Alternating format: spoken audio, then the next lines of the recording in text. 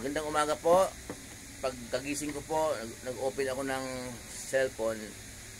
May nabasa po akong mga chat na kagabi 11 PM may namatay po yung helper ko noon nung dati kong pinanggalingang work. Hindi ko na po magiting kung saan kung sino. Namatay po siya kagabi. Nakakalungkot din na kung isipin. Ang ibig kong sabihin, no, nakakalungkot dahil lagi ko pong pinopost na bago matulog, pasalamat sa Diyos, pagagising, pasalamat din. Kasi ang tao madaling mamatay po.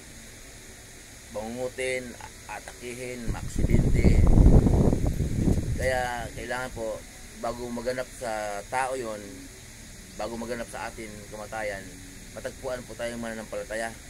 Matagpuan po tayong sumasampalataya tayo sa ating Panginoong Jesus na siya ang maglinis sa ating mga karumihan, siya ang maglinis sa ating mga kasalanan, kasi po hindi natin kayang linisin ang ating karumihan kung sa sarili lang natin. Pag ang tao po'y namatay, magluluksa po ang kanyang mga mahal sa buhay, asawa, mga anak, kapatid, magulang, malulungkot po.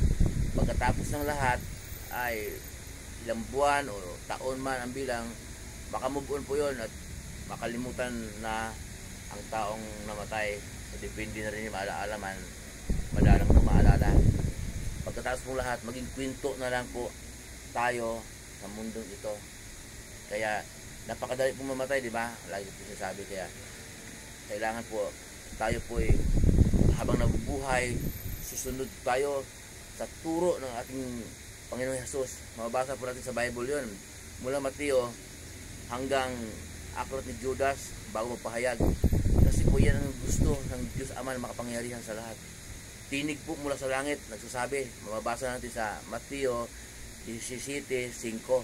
Ang sabi ng Diyos Ama, ito ang minamahal ko anak na lubos kong kinalulugdan, pakinggan ninyo siya. Napakalinaw po.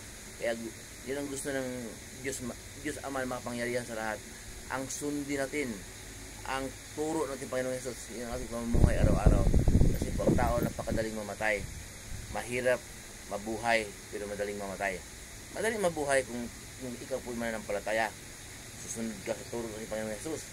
Ang mga aral at mga turo ni Jesus ang ating pamumuhay araw-araw. Ang inyong pong lingkod, si Chef Roy. Magandang umaga po sa lahat. Pagkapalain po kayo ng Diyos. Pagpapalain tayo lahat ng Diyos. Sasamahan kayo ng Diyos kahit saan po kayo pupunta. Manalangin po bago umalis.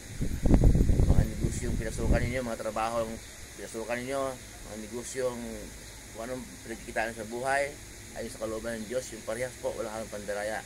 Pagpapalain po kayo ng Diyos.